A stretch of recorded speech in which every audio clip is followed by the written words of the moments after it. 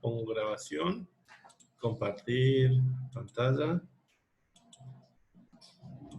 Bueno.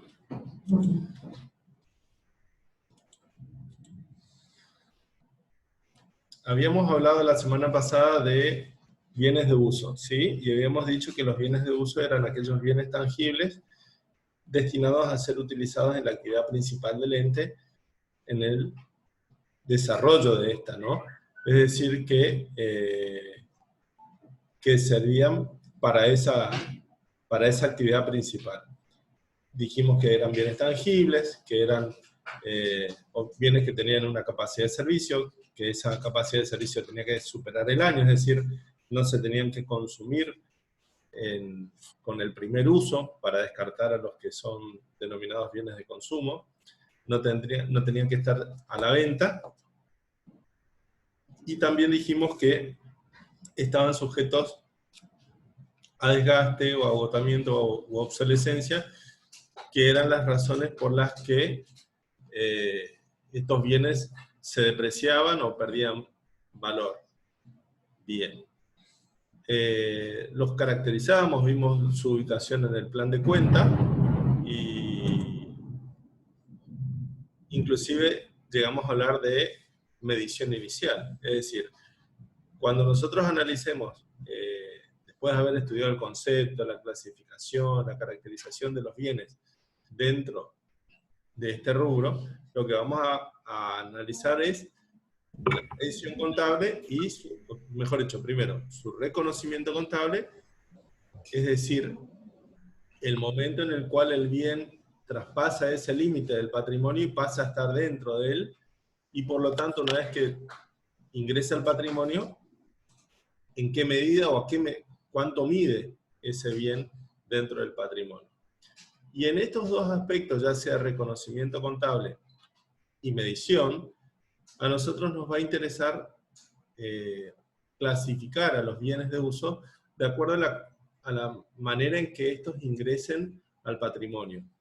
Es decir, puede ocurrir que los bienes de uso se adquieran en el mercado, o que los bienes de uso se construyan, se instalen o se monten dentro de la planta de la empresa, sean aportados por unos socios, sean donados. Por ejemplo, si una fundación recibe una ambulancia, que vendría a ser un bien de uso, si esa es la función de la fundación, etc. Es decir, vamos a analizar cuál es el hecho que indica que el bien ingresó al patrimonio, de acuerdo a estas maneras en las que se produce el ingreso al patrimonio, y en segundo lugar, de acuerdo a cada manera, cómo se mide el bien de uso a su ingreso al patrimonio.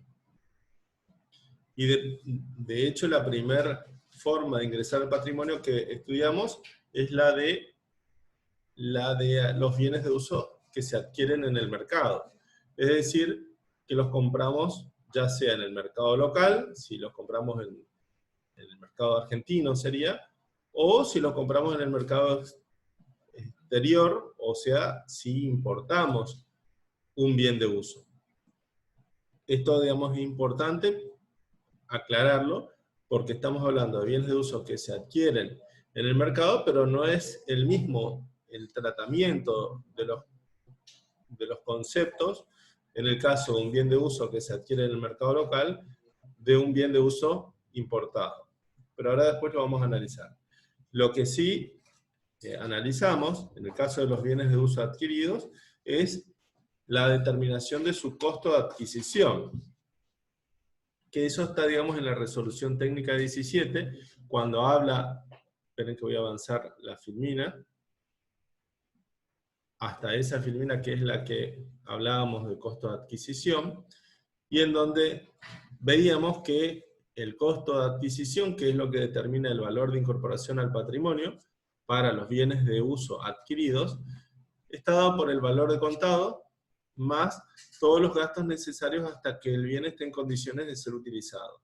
Esta es la regla general del costo de adquisición para todos los bienes. En este caso bienes de uso, pero también sirve para bienes de cambio, para intangibles, etc.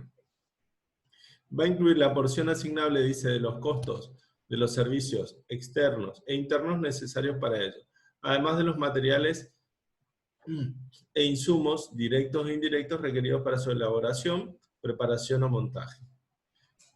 Aclara, digamos, la norma el momento al cual se fija como límite para la activación de conceptos vinculados al bien de uso, que es el momento en que el bien esté en condiciones de ser utilizado.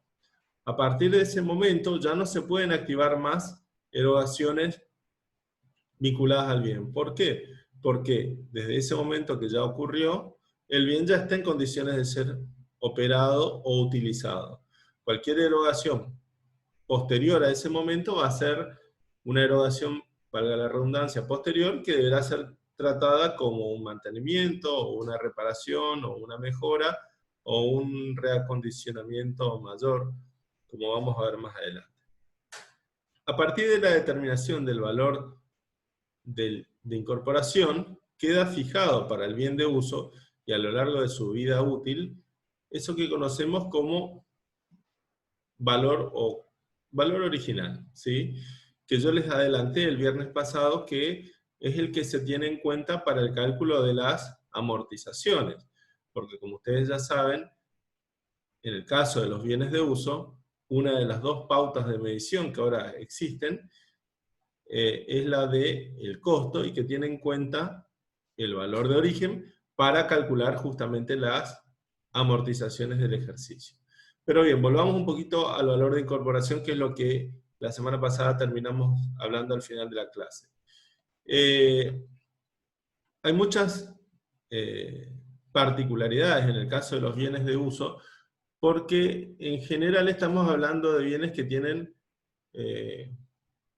un valor significativo, y que en otras ocasiones, en muchos casos, se trata de bienes que, además del precio de compra, hay que incurrir en una serie de formalidades, o mejor dicho, la incorporación de los bienes al patrimonio requiere el respeto de una forma, es decir, hay que respetar un procedimiento de registración, o, dicho de otra forma, son bienes que se tienen que inscribir en un registro, como puede ser el registro de la propiedad inmueble, en el caso de los terrenos, o un registro de la propiedad automotor, si se trata de un rodado. Entonces, la adquisición por parte del ente de uno de estos bienes, además del precio de compra al proveedor, digamos, o al vendedor del bien, deberá también considerar qué pasa con todos aquellos gastos o conceptos que son necesarios para que el bien,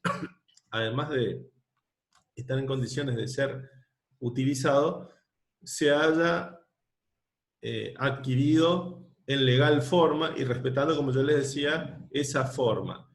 Es decir, y planteo esta pregunta, ¿puedo comprar, por ejemplo, un auto, una moto, una embarcación con solamente una factura de compra o un boleto de compra-venta, o además de la factura de compra es necesario una serie de formularios adicionales?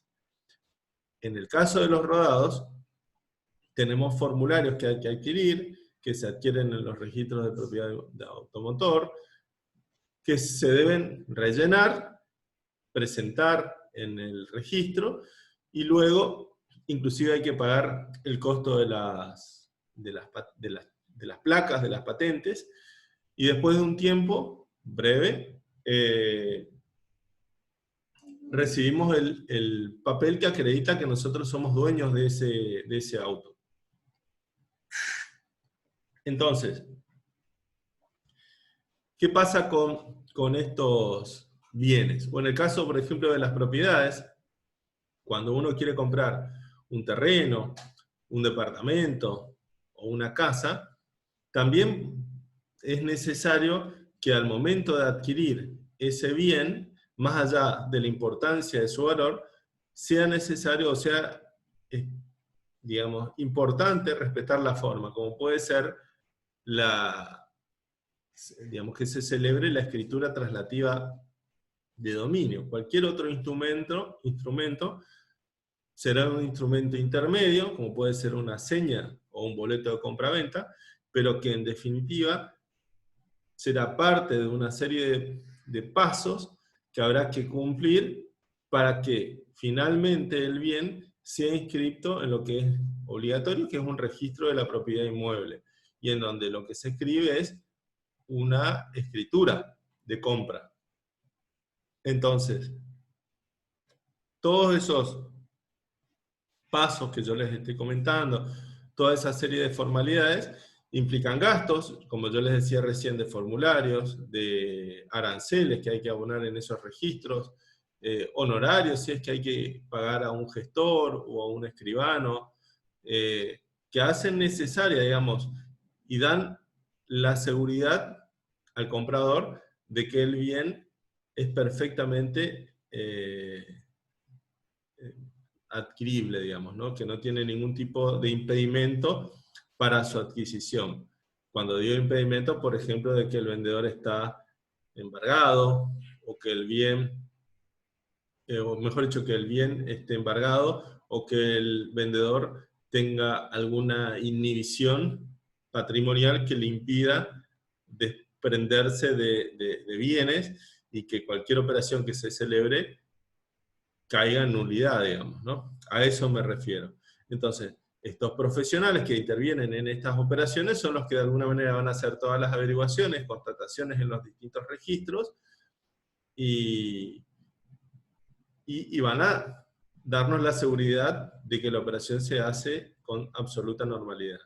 Es decir, no es lo mismo ir a una casa de informática y comprar una computadora o una impresora que ir a una agencia de autos y comprar un vehículo, un camión, una moto, o ir a una inmobiliaria y comprar, como yo les decía, una casa o un departamento. Es decir, en todos los casos podemos estar hablando de bienes de uso que adquirimos en el mercado, pero que claramente la forma a respetar, en el caso de una computadora o en el caso de una impresora, nos vamos a encontrar solamente con una factura de compra, que va a detallar, digamos, el precio, los impuestos que se liquiden por la operación, las condiciones en las que se adquiere y las características del bien que uno está adquiriendo, digamos. Y en el caso de los otros bienes, seguramente, aparte de la factura de compra, como yo les decía, habrá que ver el cumplimiento de esas otras formalidades que hacen a la operación. También cuando se adquieren bienes, yo recién les comentaba que hay bienes que se adquieren en el mercado local, o hay bienes que se adquieren en el exterior. Es decir, en ese caso nosotros lo que hacemos es importar un bien de uso, que generalmente cuando se trata de, por ejemplo, una fábrica o una empresa, hay bienes, determinados bienes, bienes de capital, que no disponemos en el mercado local o en el país este tipo de bienes. Entonces la solución es importarlos, es decir, hacer un contrato de compra-venta nada más que internacional, en donde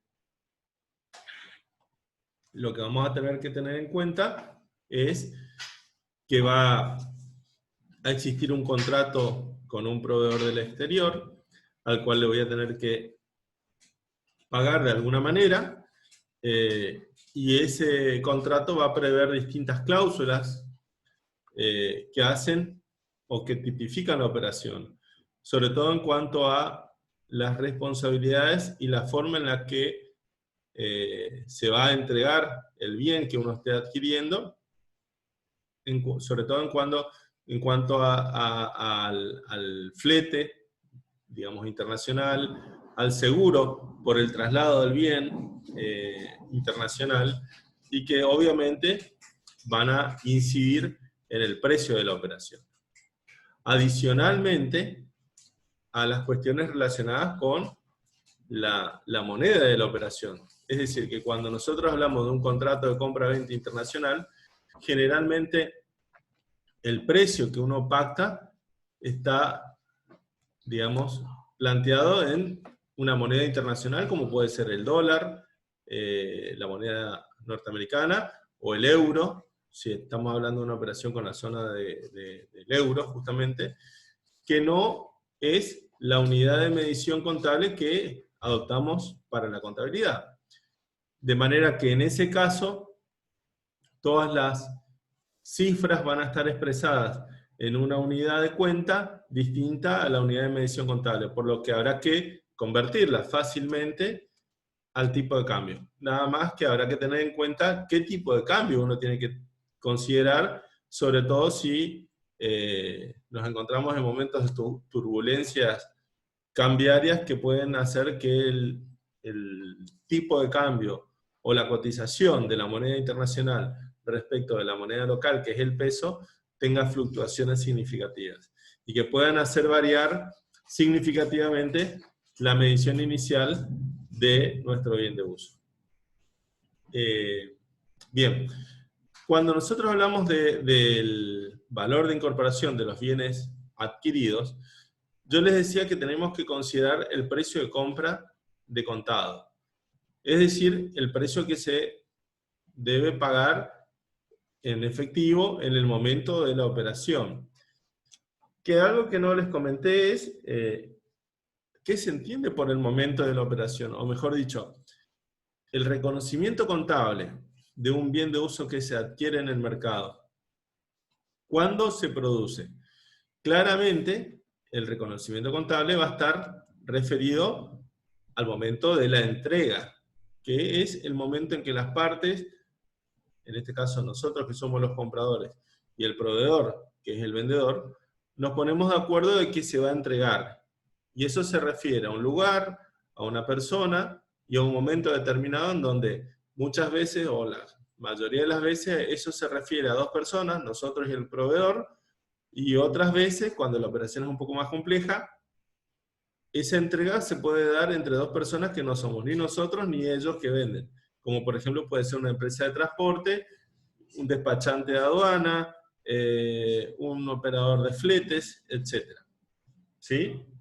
Entonces, entendemos como reconocimiento o momento a partir del cual hay que reconocer la existencia del bien, el momento en que el proveedor se desentiende del bien en cuanto a la responsabilidad y nosotros ya somos responsables de todo lo que le ocurra al bien. Entonces, en ese momento que habrá que ver qué documentación se suscribe, porque obviamente que se firma algo para dejar constancia de que ese momento se ha producido, nosotros somos absolutamente responsables de lo que ocurra con el bien. Y, por lo tanto, el bien ya es propiedad nuestra. Puede ocurrir que el bien que ya es propiedad nuestra esté en nuestro poder o no.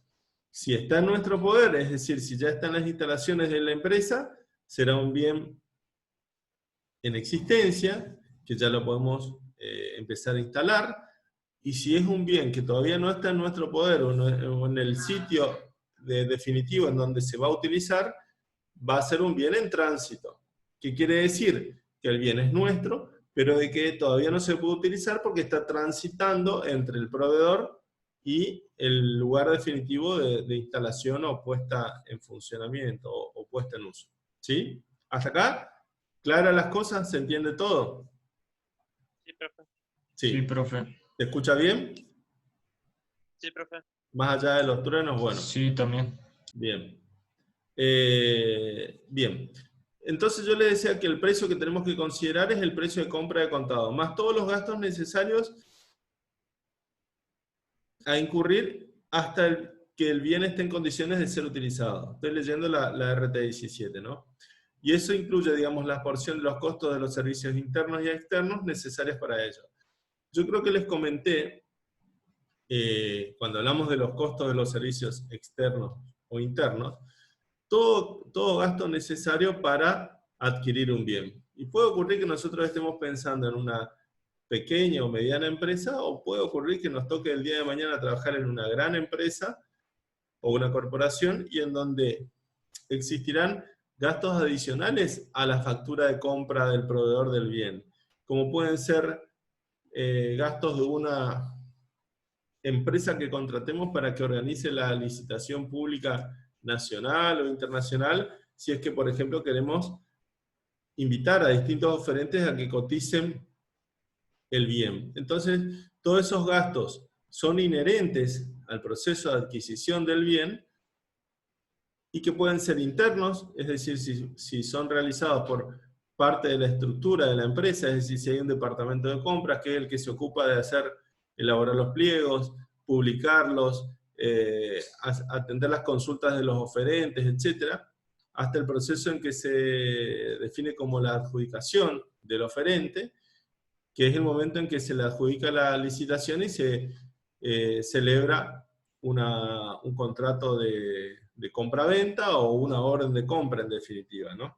En donde se van a respetar todas las condiciones de la licitación. Bueno, todos esos gastos son inherentes, son necesarios y habrá que considerarlos en la medición inicial, es decir, se activan. Adicionalmente, una vez que uno ya tiene resuelta la empresa que va a proveer el bien y el bien que va a adquirir, bueno, obviamente está el precio de compra del bien, más todos los gastos necesarios. ¿Qué serían todos los gastos necesarios? Bueno, recién hablábamos de los gastos de traslado, es decir, el flete, desde el lugar de entrega del bien hasta el lugar en donde definitivamente el bien va a cumplir con sus funciones. Si tomamos un seguro, es decir, si contratamos una póliza de seguro para resguardar el bien durante el tiempo que dure su traslado, también es parte de las erogaciones necesarias para su puesta a punto, para su utilización. Y como yo les decía recién, todos los gastos que sean necesarios para la inscripción, en el caso de los bienes que deban inscribirse en registros públicos, tales como aranceles, honorarios, tasas, impuestos que haya que pagar para que ese bien pueda estar formalmente inscrito a nombre de la empresa, ¿no? En cuanto a los impuestos, obviamente, y algo de eso ustedes ya saben, los impuestos que vamos a considerar como parte del costo del bien van a ser todos aquellos impuestos que integren el precio de compra o de los demás servicios externos e internos, pero que no sean trasladables. ¿Qué quiere decir que sean trasladables? Que la empresa va a pagar esos impuestos liquidados en la operación y que no los va a poder deducir de alguna carga impositiva posterior o que no lo va a poder trasladar a la etapa siguiente de comercialización. En el caso de los bienes de uso, teniendo en cuenta que estos bienes no se adquieren para su posterior venta, sino que se adquieren para su utilización, la condición que recién decía de trasladarlo está referido a que cuando eventualmente yo lo venda, si esa venta está alcanzada por el impuesto, y bueno, va a ser que cuando yo venda, liquide el impuesto en la etapa de venta, entonces ahí sí estaría trasladando el impuesto. Y en ese caso, el impuesto que pago en la compra, por ser trasladable, no integraría el costo de adquisición. ¿Se entiende? Bien. Todo impuesto que no sea trasladable, o sea, que lo pago y lo absorbo, o todo impuesto que no sea deducible, es decir, que no lo puedo descargar por ningún lado, bueno, lo voy a absorber y va a formar parte de ese costo de adquisición. Yo había separado acá en la bibliografía, el libro que ustedes ya conocen, distintos conceptos para leerles, que está referido a lo que recién les decía, que es el costo de adquisición, que se los leo rápidamente. Dice, ¿qué componentes integran este mencionado costo de adquisición? El costo de adquisición representa el sacrificio económico que ocasiona a la empresa adquirir un bien y ponerlo en condiciones de ser utilizado. Es traducido a nuestro castellano, lo que por ahí a veces en la RT 17 cuesta leer. Por lo tanto, los componentes de un bien adquirido incluyen el precio de compra y las demás grabaciones necesarias, como fletes, seguros, impuestos de carácter definitivo, es decir, no trasladables, honorarios del despachante de aduana, Trámites de registro en caso de los bienes cuyo dominio debe inscribirse, por ejemplo, los inmuebles rodados, costo de la función compras, etc. Es decir, un poco un resumen de todo lo que yo les mencioné. Los servicios involucrados serán clasificados como externos o internos según sean realizados por la empresa o un tercero. El precio de compra a considerar debe ser al contado, es decir, que no debe incluir componentes financieros. ¿Qué debo hacer con los costos financieros? Ya sea intereses, diferencias de cambio, diferencia de cotización, gasto de constitución de prenda, actualizaciones, coberturas inflacionarias, como ahora podemos llegar a encontrar. Todo componente financiero debe ser segregado, es decir, separado del precio de compra al contado, y tratado como un costo financiero, es decir, en el momento de la compra se lo va a poner como a devengar y deberá ser transferido a resultados durante el plazo que implique la financiación. Es decir, que los costos financieros de cualquier color no tienen nada que ver con el valor de incorporación, van por fuera. Salvo casos que después más adelante vamos a ver que sí integran, pero que no es el caso general. Bueno, sigo leyendo. Cuando el precio se determine sobre la base del pago al contado y por el pago financiado se estipulen intereses, esto no debe integrar la composición del bien. Algo que por ahí no está acá, pero que sí, recuerdo y se los digo, es que cuando el precio de compra del bien no estipule, digamos, si el precio es de contado o financiado, es decir, no esté claro, habrá que ver cuánto es, en ese caso, de existir el descuento de haberse pagado el precio al contado. Es decir, habrá que consultar, indagar información y ver cuánto es lo que en definitiva se pagaría si yo pago de contado. De la misma manera que si el precio de la operación es un precio en cuenta corriente, es decir, que se refiere a una fecha o que tiene una fecha de vencimiento que no es el momento de la operación o de la entrega, sino posterior, y en toda la documentación no surge cuál es el precio de contado, y en ese caso nosotros no nos vamos a quedar cruzados de brazos, sino que lo que vamos a tener que hacer es buscar cuál sería el descuento por pago contado, y si no encontramos nada, bueno, vamos a tener que partir de ese valor futuro a pagar y descontarlo hasta el momento de la operación, que es el momento de la entrega, acuérdense, teniendo en cuenta una tasa de interés del momento de la operación que refleje, digamos, el costo financiero para una operación de este tipo, es decir, de este riesgo comercial, de este volumen, de este monto, y que sea habitual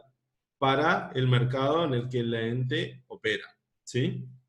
De esa manera, nosotros vamos a estar determinando en forma indirecta el precio de contado, y por lo tanto los componentes financieros en ese caso no van a ser explícitos, sino que van a ser implícitos.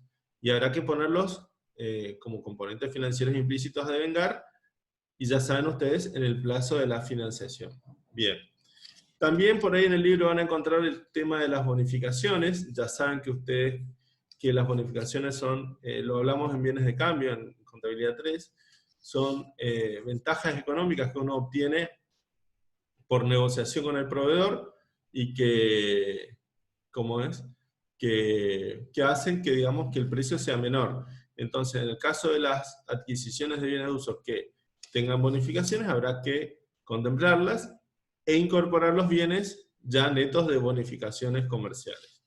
Bien. Sigo acá,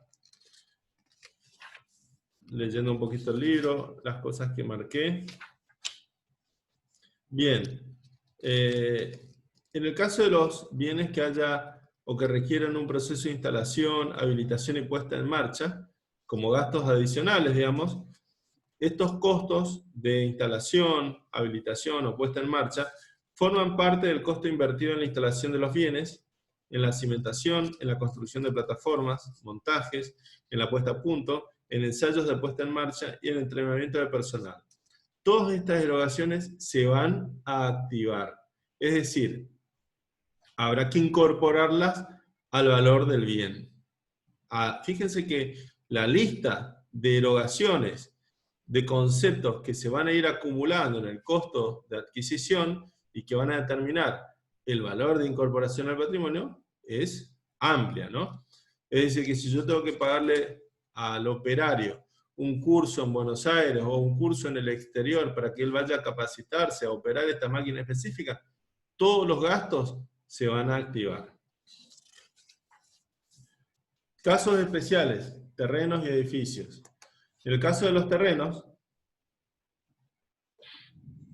el costo de los terrenos además puede incluir los desembolsos relacionados con adquisición, por ejemplo, comisiones de una inmobiliaria, gastos de escrituración, el importe de cualquier impuesto pendiente u obligaciones que puedan existir al tiempo de compra que hayan sido pagadas por el comprador y que queden acá a su cargo. Es decir, habrá que incluir todo, ¿no? Las mejoras, por ejemplo, relleno, desagües que haya que realizar sobre el inmueble, o eventualmente demolición de construcciones existentes que van a ser, digamos, netas del precio obtenido por la venta del material de demolición cuando se haya comprado un terreno y se pueda llegar a vender algo. Es decir, cuando nosotros adquirimos un terreno, con todas estas circunstancias lo que hay que ver es si yo hago alguna demolición y de esa demolición puedo llegar a vender algo, bueno, el costo de la demolición, dice, va a ser el costo neto, digamos, ¿no? Cuando hablamos de edificios, el costo de los edificios que se adquieren terminados corresponde al precio de compra más los desembolsos relacionados con la adquisición, tales como en el punto anterior se refería a los gastos de intermediación de inmobiliarias, gastos de escrituración, etc. En el caso de la construcción de edificios deberán capitalizarse durante la construcción todos los desembolsos inherentes a la obra, incluso seguros, impuestos o las indemnizaciones por accidentes. Bien. A ver si encuentro algo más. Bien, ahí ya pasa en cuanto al libro a los bienes producidos. Pero algo que no les comenté y que quiero resaltar, y que está relacionado con los bienes que se adquieren en el mercado, que es el caso de los bienes importados. En el caso de estos bienes, hay una situación puntual con las diferencias de cambio, inclusive con los costos del financiamiento. ¿Por qué? Porque a no ser de que uno tenga absolutamente cubierta la posición para la adquisición de un bien de uso en el exterior, es decir, que tenga las divisas necesarias y no esté expuesto a ningún riesgo cambiario, vamos a tener que considerar la posibilidad de activar componentes financieros en el caso de los bienes de uso importados. ¿Por qué? Y les quiero explicar, por eso es que hago un apartado acá. En el caso de estos bienes, para poder importarlo, dado que yo estoy haciendo una operación con una persona o una empresa del exterior que no nos conoce, es necesario hacer una operación o intermediar con bancos. Es decir, cualquier contrato de compra-venta internacional va a prever, además de las dos personas, en este caso nosotros que somos los compradores, y la empresa que provee, que es el vendedor, van a existir dos operadores más que son mínimamente, ¿no? Que es el banco del exterior, que es el banco que le va a pagar al proveedor, y el banco local, que es el que en todo caso me va a dar a mí un financiamiento para este tipo de operación. ¿Por qué? Porque se dan dos circunstancias, una relacionada con la confianza y otra relacionada con la normativa del Banco Central. En nuestro país, digamos, no está permitido pagar al exterior, por ejemplo, por la compra de una maquinaria, hasta que la máquina llegue y se nacionalice a Argentina. Es decir, yo voy a tener bloqueado el giro de divisas o el pago al proveedor del exterior hasta que la mercadería ingrese al puerto y se paguen todos los impuestos de nacionalización. Entonces, ¿de qué manera yo puedo lograr que el proveedor me despache la mercadería, la máquina, sin que yo le haya pagado? Porque yo no le puedo girar la plata. Entonces, por eso es que se celebra un contrato de compra-venta internacional. Obviamente esto implica proceso de calificación financiera ante distintos bancos para que uno dé las garantías necesarias de pago futuro, ¿no? Entonces, ese trámite obviamente yo lo hago con un banco local, banco de acá de Argentina, en donde me van a hacer una evaluación del riesgo crediticio, y si yo califico, me van a decir, bueno, sos sujeto de crédito para una operación de compra-venta internacional. Supongamos que yo quiero importar una máquina que cuesta 100.000 euros, por ejemplo, bueno, entonces yo voy a necesitar que me presten esa plata. Puede ocurrir que yo los 100.000 euros lo tenga en el banco o que no los tenga. Si no los tengo, el banco me los va a tener que prestar. Y yo por ese préstamo voy a pagar intereses, voy a pagar diferencias de cambio, puede ocurrir que me quieran constituir garantías, prendas o hipotecas, y haya que inscribirlas y haya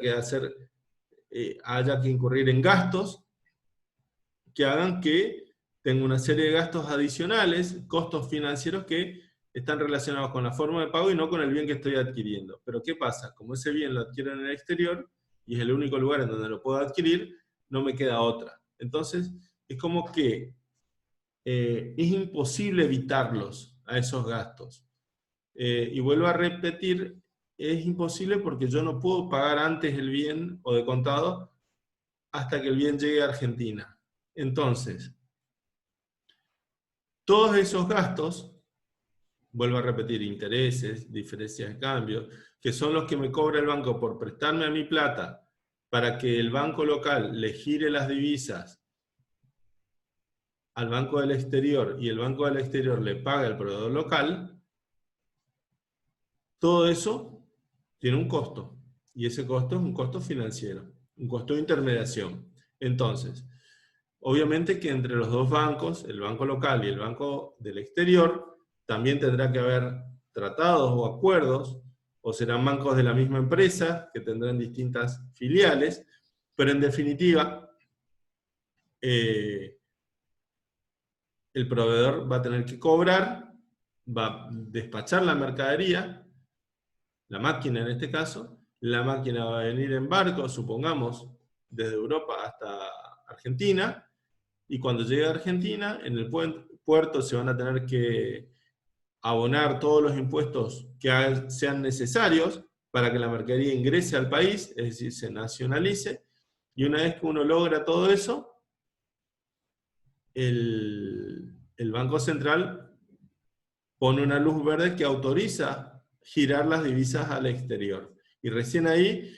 el banco local lo que va a hacer es le va a girar las divisas al banco del exterior. El banco del exterior que ya le había pagado al proveedor para que pueda liberar la mercadería.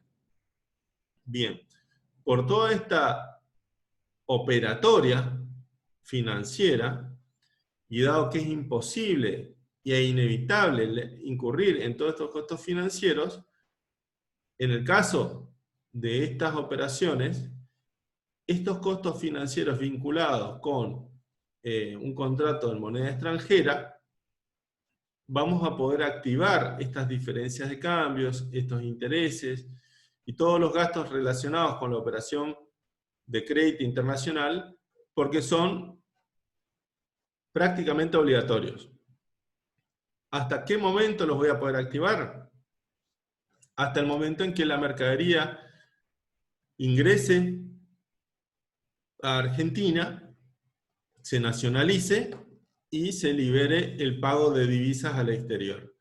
En ese momento ya no hay razones para quedar debiendo. Si nosotros igual seguimos usando la financiación, no hay ningún problema, pero los costos financieros a partir de ese momento sí se van a tratar como costos financieros y no como valor de origen. Es decir, a partir de ese momento ya no se van a poder activar más, sino que va a haber que considerarlos como costos o resultados financieros. ¿Se entendió esto que les expliqué? El tratamiento de los costos financieros vinculados con los bienes de uso importados. Es decir, se van a poder activar hasta el momento en que el bien se nacionalice. Después de ese momento, como cualquier otro bien, si sigo incurriendo en costos financieros, vamos a tener que separarlos del valor de origen desde ese momento en adelante. ¿Ok? Bien. Sigo. Cuando dijimos, entonces con eso más o menos hablamos de bienes adquiridos. ¿Qué pasa con los bienes? A ver si encuentro acá. No está, parece, ¿no? Pero bienes producidos, ¿sí? Es decir, bienes de uso. Qué raro que no está acá en la filmina. Pero puede ocurrir que los bienes de uso se construyan o se fabriquen.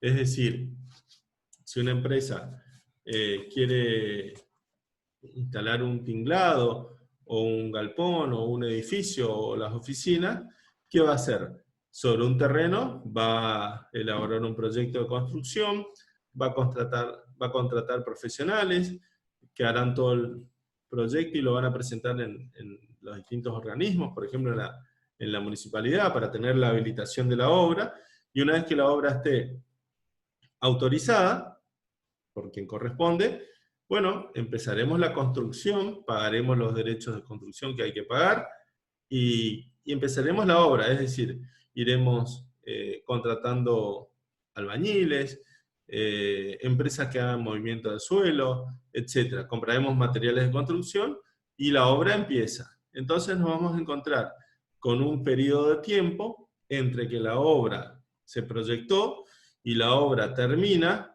y se habilita, en donde lo que va a pasar es que se van a ir acumulando costos.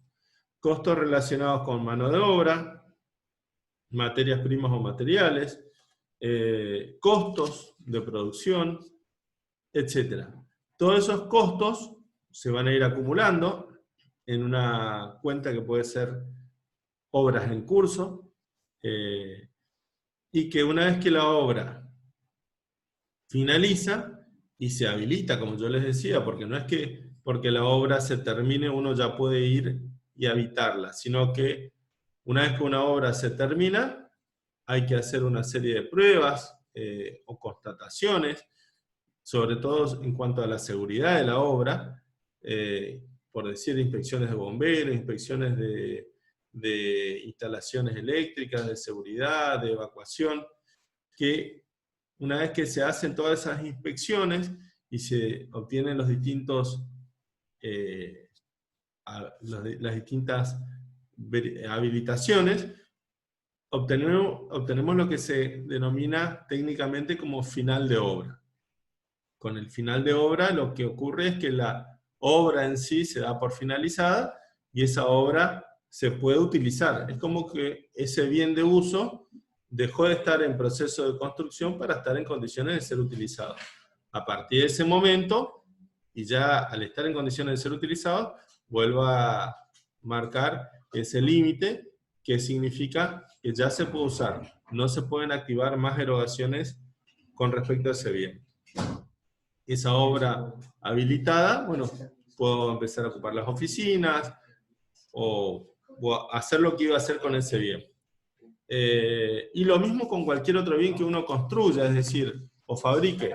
Voy a incurrir con material, voy a comprar materiales, materias primas, contratar operarios, utilizaré maquinarias para fabricar un bien de uso. Estaba pensando el caso de las empresas navieras, o empresas que hacen transportes de cargas, y muchas veces estas empresas navieras tienen un astillero en donde construyen sus propias embarcaciones. Entonces, construyen sus propias embarcaciones y además hacen el mantenimiento de las embarcaciones que ya tienen. Entonces, estas embarcaciones que van a representar para la empresa de transporte un bien de uso, no se va a adquirir en el mercado, sino que se va a construir o fabricar.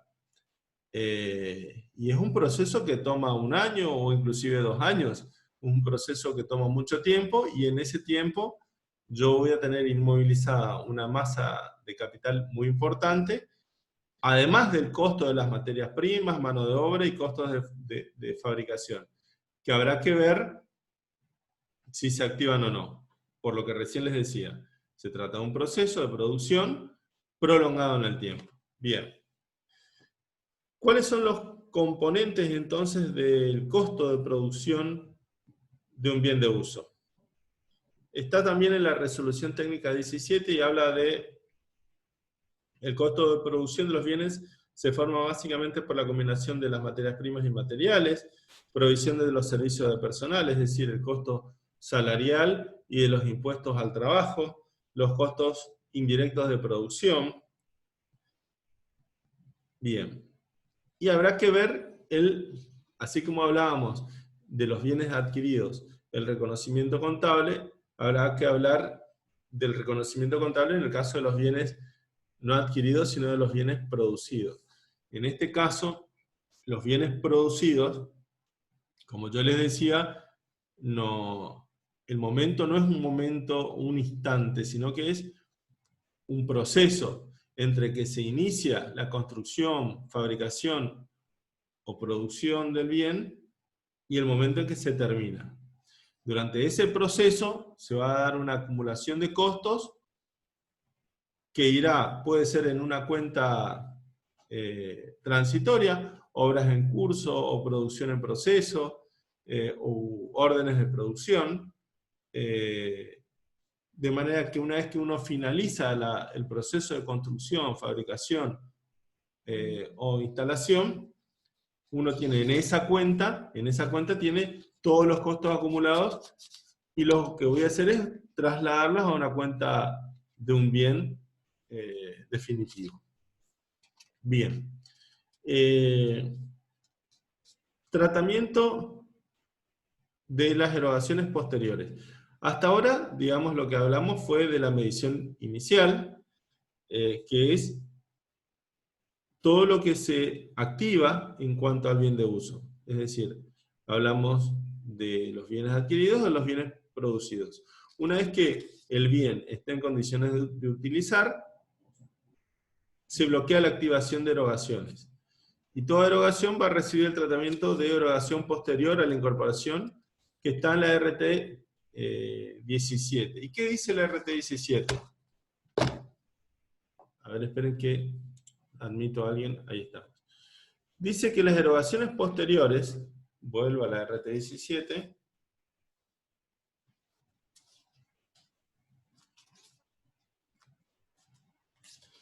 se van a clasificar en tareas de mantenimiento, reparaciones, o si no, habrá que considerarlas como mejoras, ¿sí?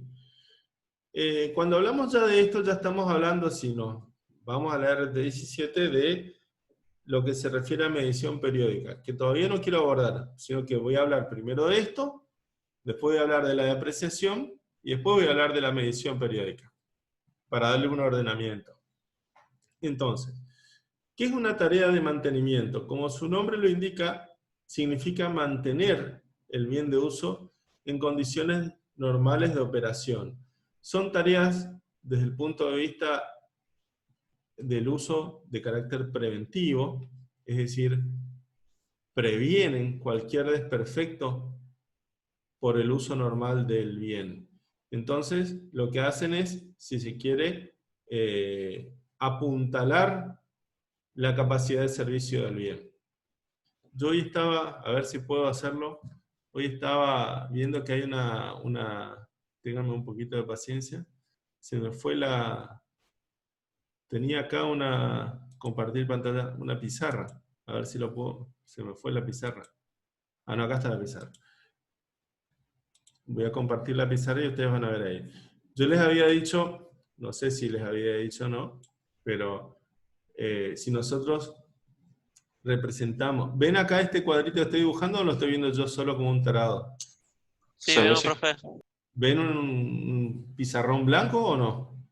Sí, profe. Pregunto porque es la primera vez que estoy haciendo esto, ¿no? Nadie me habla. ¿Se ve, profe? ¿Se ve? Se ve, sí, lo que Quiero está suponer dibujando. que están viendo.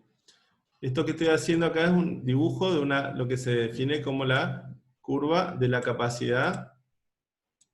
Estoy dibujando con el mouse, así que sepan entender. Esto que estoy haciendo acá es una pendiente que tiene una pendiente negativa, es decir, que disminuye, que vendría a representar lo que se define como la capacidad de servicio de un bien.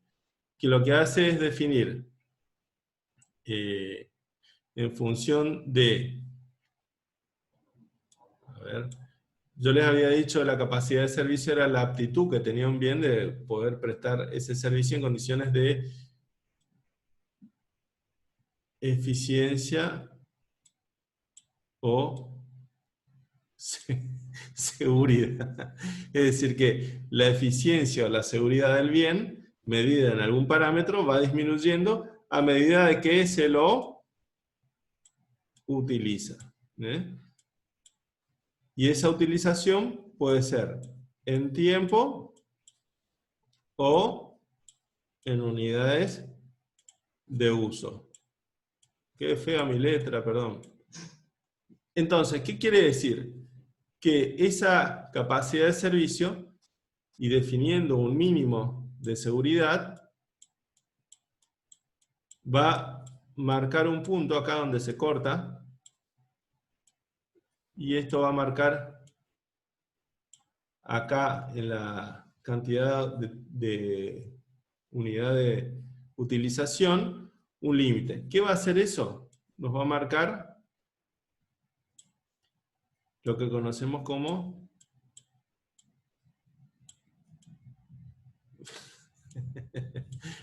vida útil. Díganme si estoy haciendo todo este esfuerzo en algo, ¿ven? O a ver, Rosy Pledge, ¿ves algo ahí o no? Porque te veo a vos nomás, el resto son cuadros. ¿Se ve? Bien. Me quedo tranquilo. Entonces, ¿qué pasa con esta curva de capacidad de servicio? Esta curva, a medida que el bien se utiliza, va disminuyendo la eficiencia y la seguridad con la que el bien presta su servicio. Entonces, cuando llega un mínimo de eficiencia o de seguridad, esto significa que el bien lo hace de manera ineficiente o de manera insegura, uno dice, bueno, ya no lo utilizo más. Que obviamente no va a ser el límite, sino que por una cuestión de seguridad, acá dejo de utilizar el bien y lo desafecto de la actividad. Entonces, esto lo que a mí me va a determinar es la vida útil en tiempo o en uso. Es decir, tantos años o tantos kilómetros voy a utilizar este bien en función de cómo yo consideré la utilización. Ahora, las tareas de mantenimiento lo que hacen es, yo les decía, son preventivas. Como apuntalan esta curva, lo que quiero decir es que tratan de que esa curva siga en su lugar, que no se caiga. Porque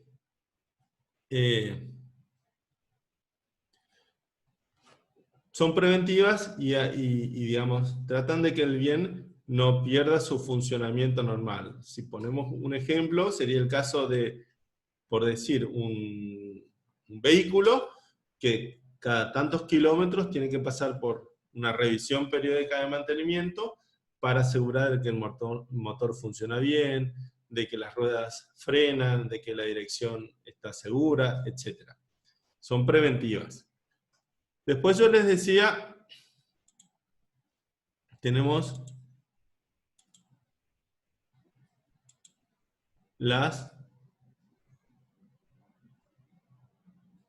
A ver...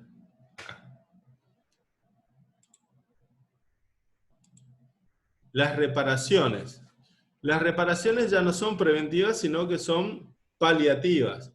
Es decir, las veo cuando ya se produjo un fallo, rotura, y el bien necesita ser reparado. Es decir, que si yo, como vuelvo a la compartir pizarra, a ver si... Ahí está. Cuando se produce una rotura, Lo que pasa es que la línea... A ver, ¿dónde tengo el lápiz?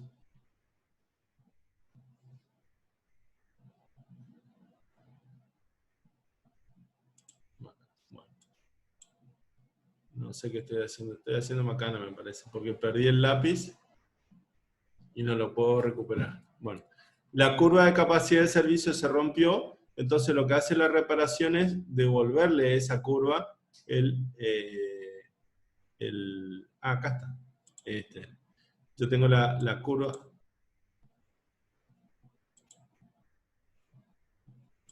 Formato. Ancho de línea,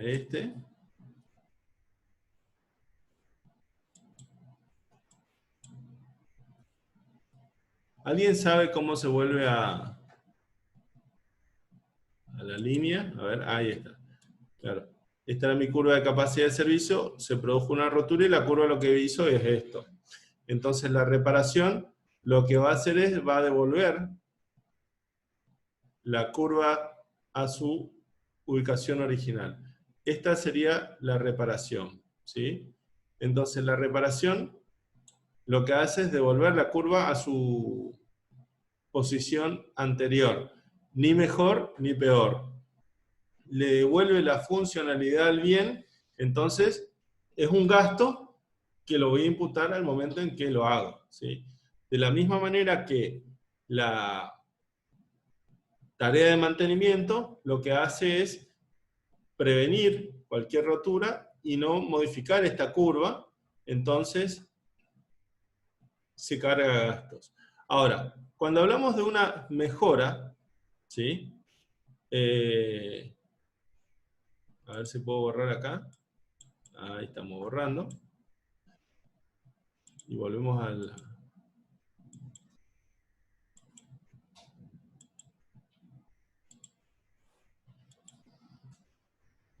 ¿Qué cosa es esto? ¿No? No es muy... Me sigue dando a dibujar. Ahí está. En el caso de una mejora, lo que hace es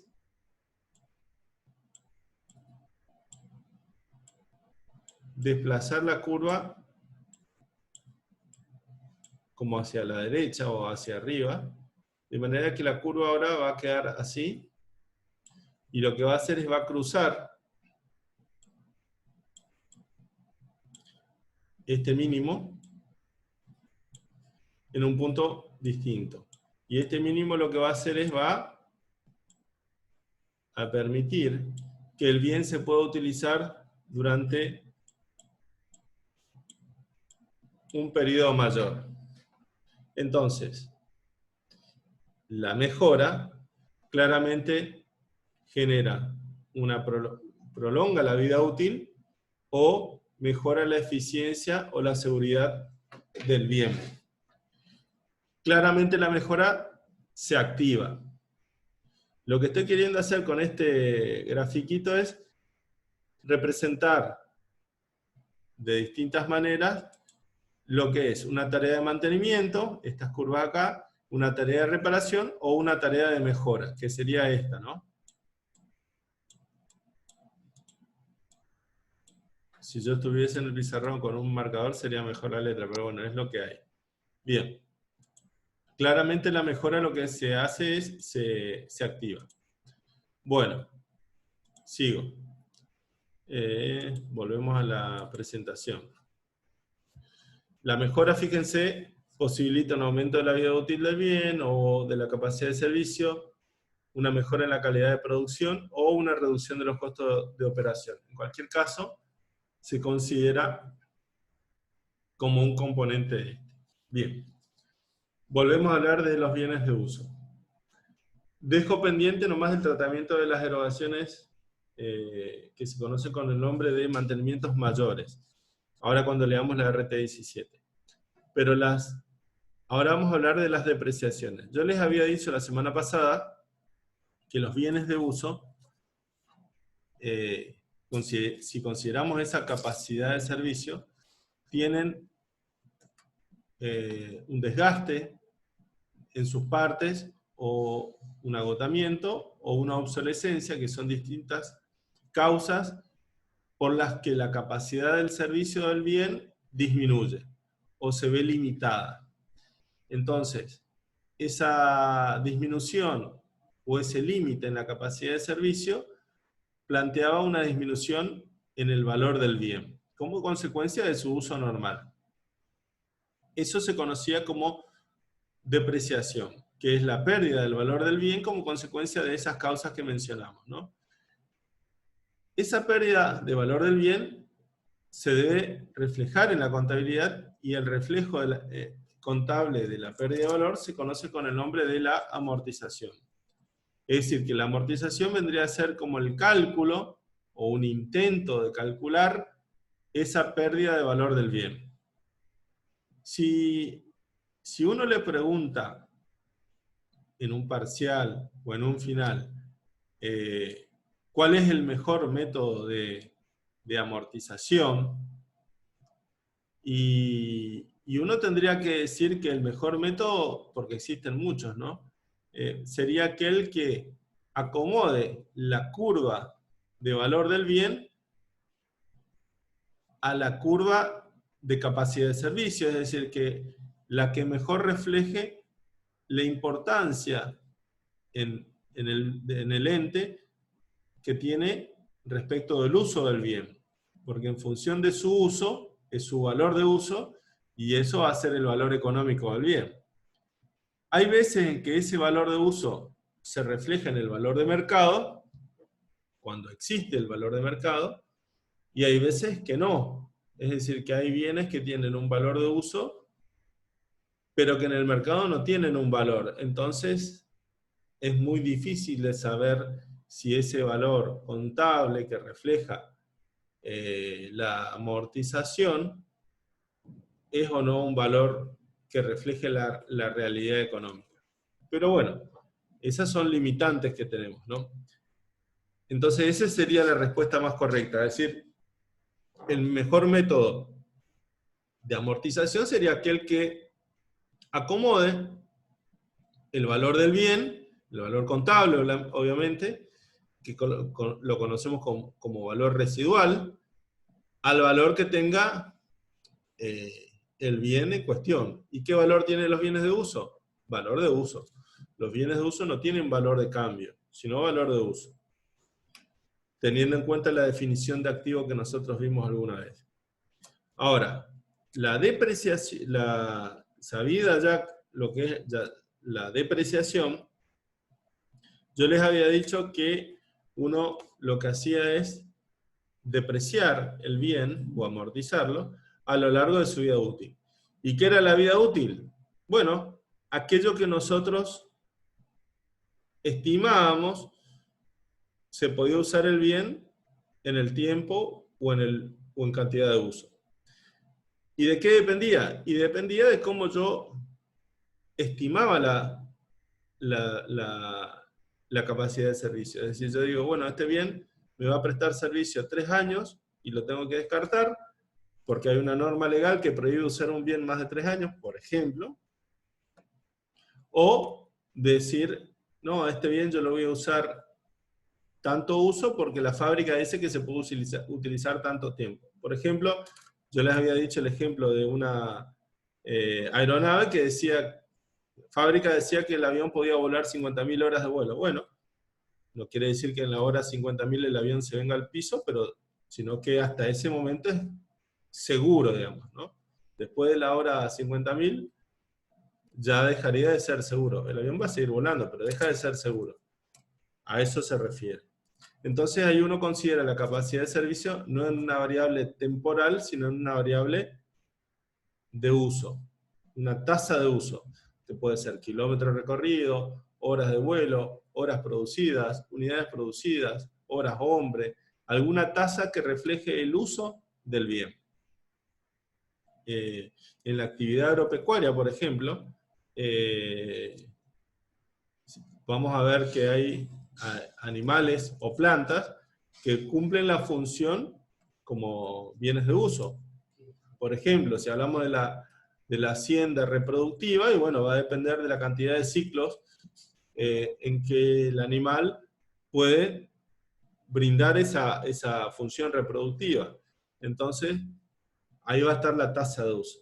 Bien. En función de esto que les estaba diciendo, uno va a considerar o va a clasificar los métodos de amortización en dos grupos.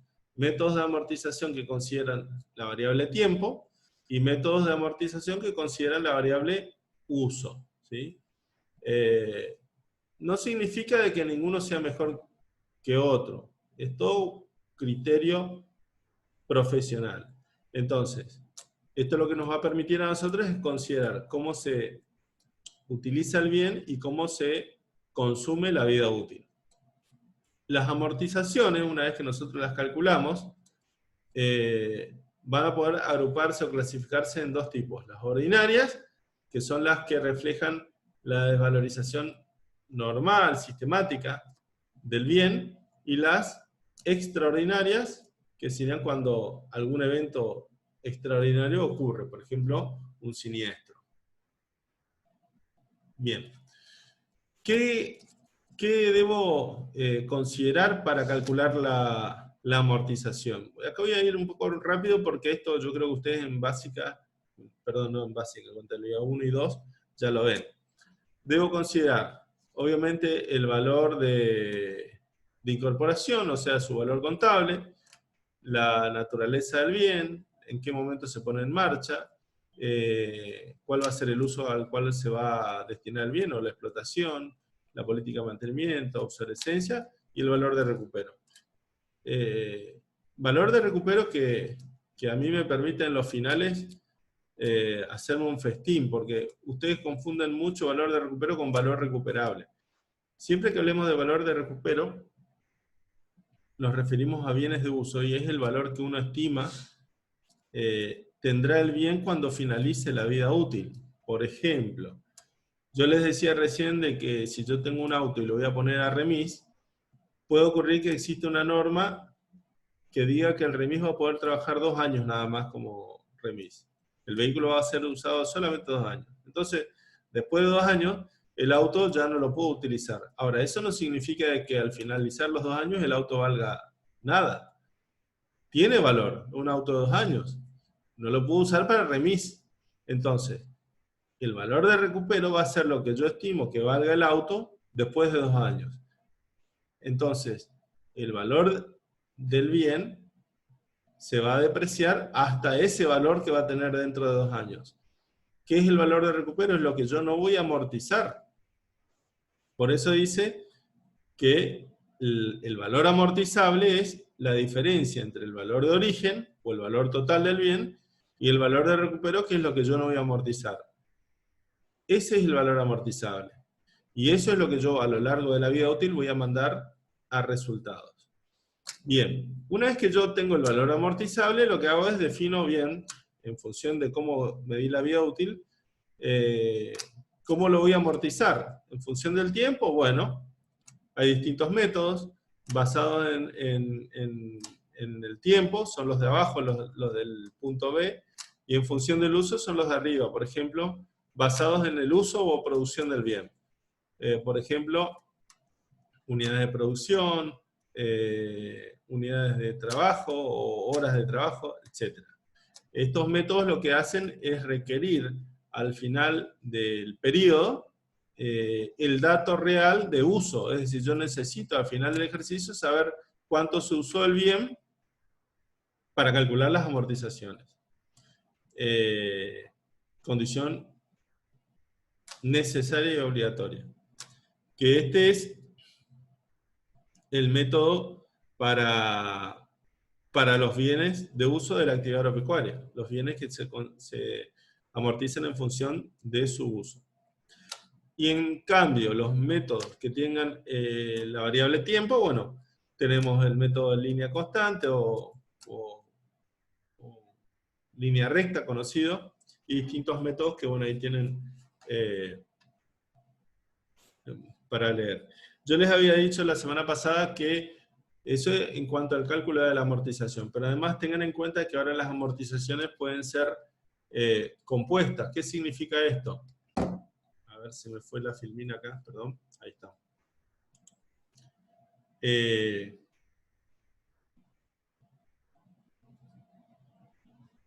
Bien. Compuestas quiere decir que el bien tendrá una amortización que se va a descomponer en distintas amortizaciones de acuerdo a los componentes del bien y la forma en que se utilicen esos componentes.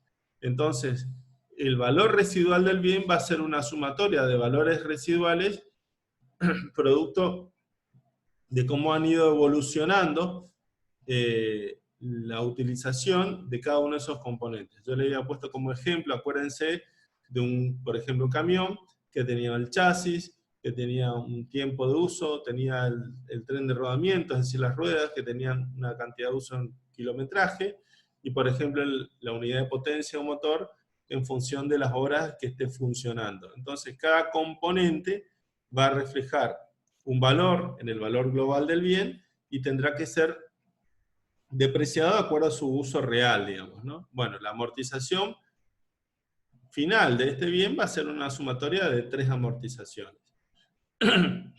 ¿Cómo contabilizo la amortización? El importe, bueno, lo tengo que calcular, obviamente, y lo voy a reflejar en una cuenta regularizadora, como es la cuenta de amortizaciones acumuladas, que obviamente va a restar a la cuenta del valor del bien.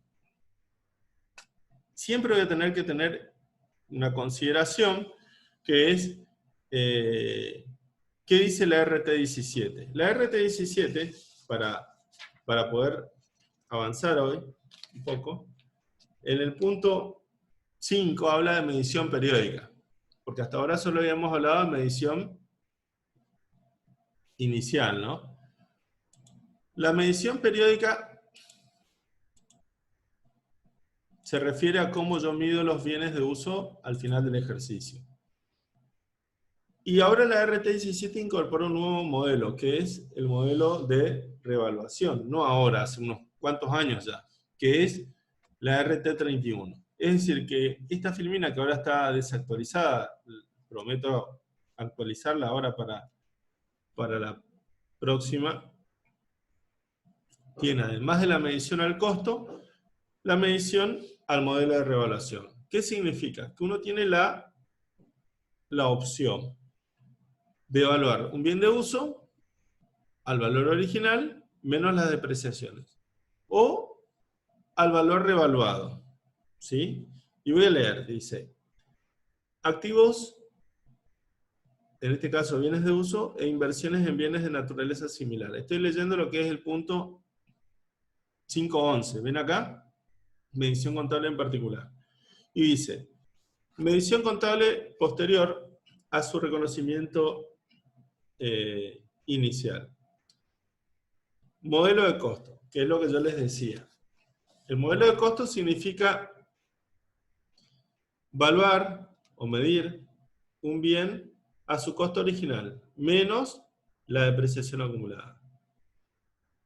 Las erogaciones posteriores, y ahí habla lo que recién les decía, las erogaciones posteriores al reconocimiento inicial de un activo se considerarán como un componente de este cuando constituye una mejora, que era lo que yo les había dicho respecto de las mejoras,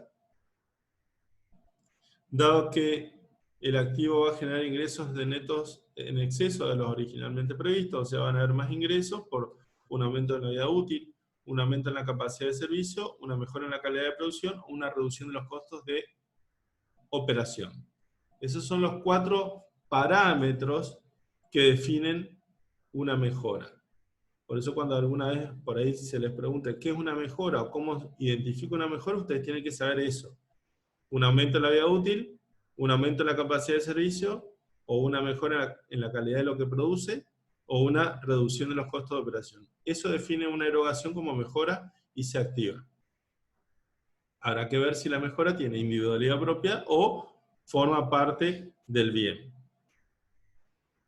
O bien que las erogaciones se originen en tareas de mantenimientos, acá está hablando nuevamente de erogaciones que se van a activar, que ahora son conocidas como erogaciones en tareas de mantenimiento mayor. ¿Y qué son? Esto es un párrafo, sería el párrafo B, el párrafo A es las mejoras, el párrafo B son estas erogaciones, que lo que hacen es permitir la activación y además incorporar el concepto de amortizaciones compuestas. ¿Qué quiere decir? Bueno, que un bien, cuando se le haga una tarea de mantenimiento mayor, se va a activar esa erogación, siempre y cuando que la amortización de ese componente que se reemplaza se haya hecho de manera compuesta, y no de manera simple. Lo leo en términos técnicos, dice.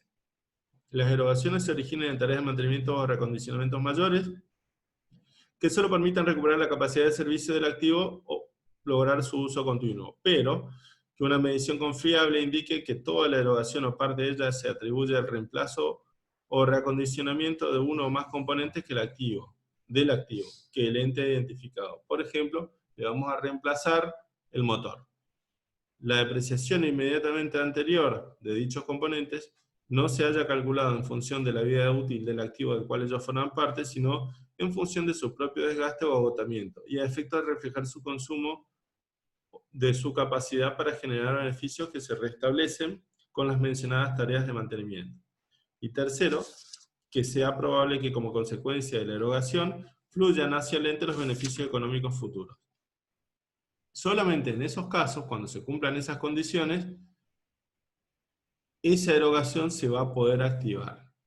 Si no se cumplen esas condiciones, esa erogación se va a mandar a resultados.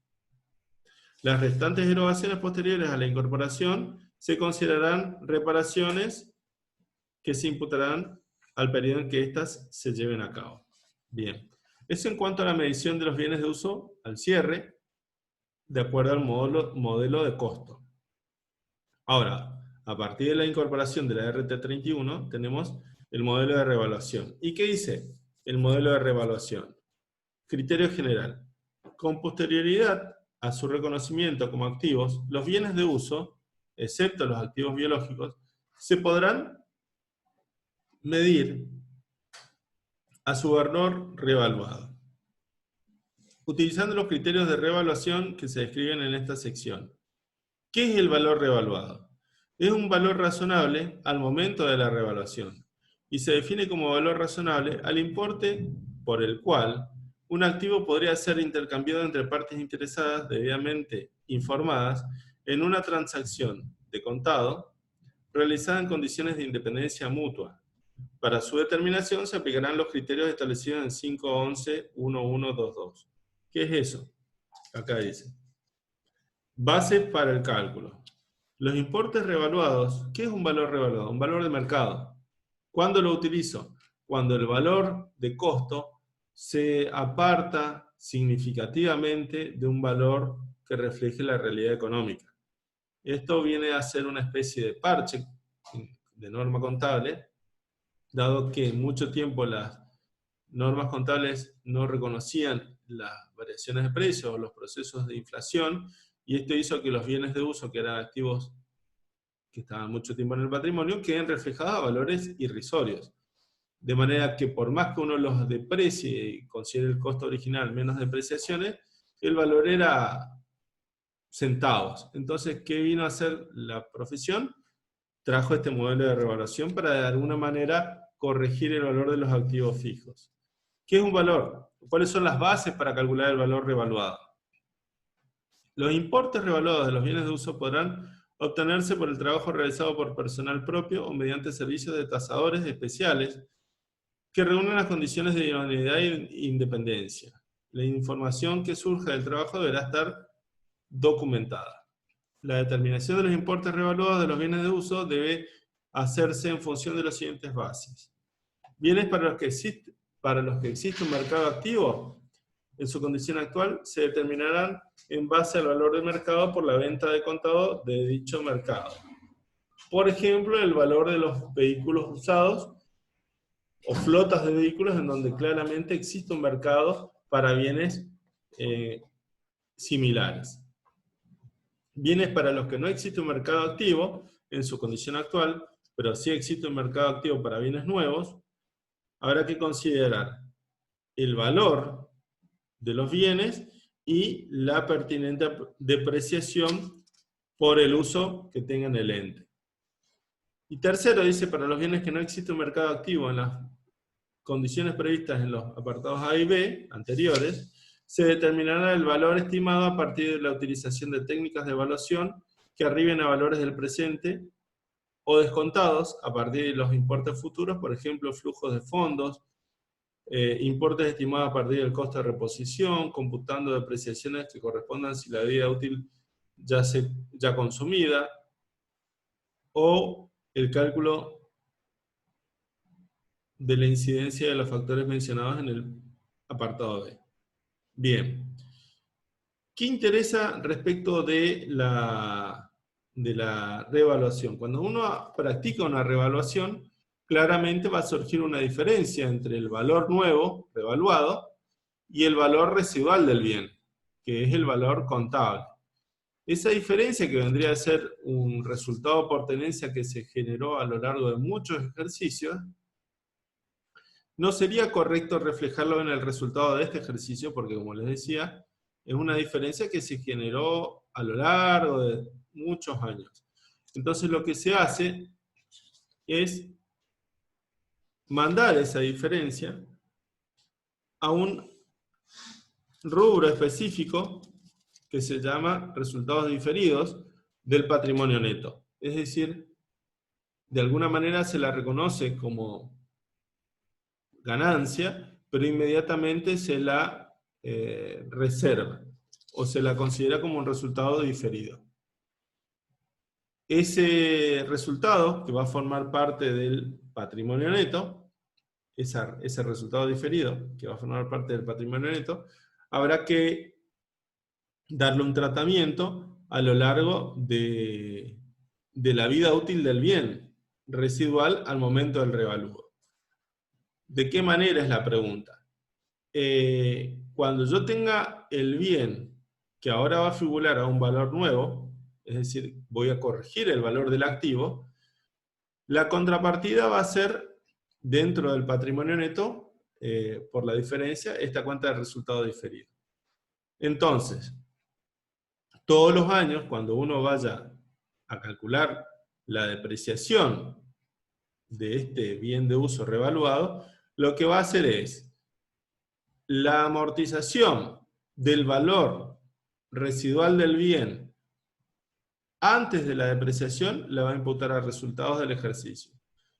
Y la amortización del bien de uso o del valor del bien de uso posterior a la revaluación la va a desafectar de esta otra cuenta.